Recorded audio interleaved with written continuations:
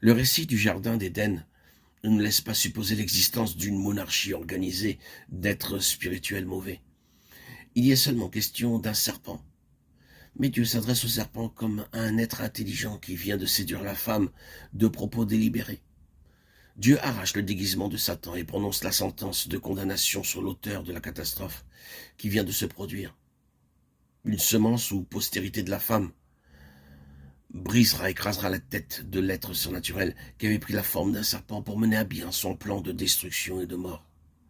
Dès lors, le nom de serpent s'attachera à lui et rappellera à travers les âges l'action qui met le comble à sa révolte contre le Créateur. La tentation et la séduction de la femme au jardin d'Éden qui entraîne la destruction et la ruine de la race humaine. Satan triomphe, mais Dieu domine. La victime devient le moyen dont Dieu se servira pour la venue d'un conquérant, d'un vainqueur, qui détruira les œuvres du diable et nettoiera les cieux et la terre de toute trace de sa présence et de son action. Le serpent est maudit. Et en réalité, sa victime est bénie puisqu'elle devient l'instrument dont Dieu se servira pour donner à l'humanité perdue un sauveur qui triomphera du diable et de sa postérité. Grâce à la postérité promise, une nouvelle race s'élèvera qui sera l'ennemi du serpent et de sa postérité jusqu'à la fin des temps. À cause de cette inimitié mise par Dieu entre elle et la postérité du serpent.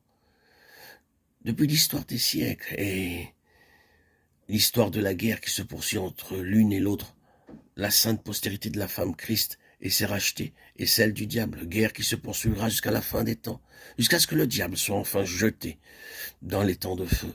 Lisez à ce propos Jean 8, 44 et 1 Jean 3, 10.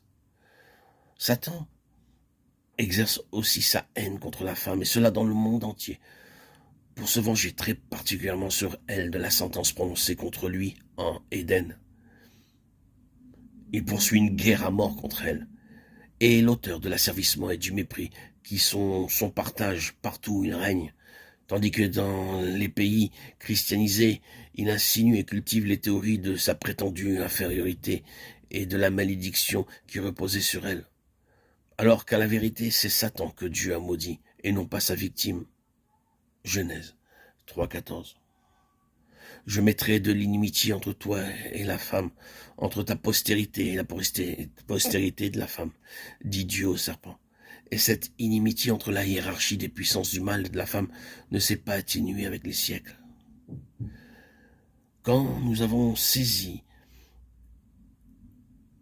une fois admis l'existence d'une armée invisible d'êtres spirituels mauvais, tous occupés à séduire les hommes et à les induire en erreur, alors l'histoire de l'Ancien Testament évoque en nous une vision bien claire de leur activité qui était restée jusque-là comme cachée à nos yeux.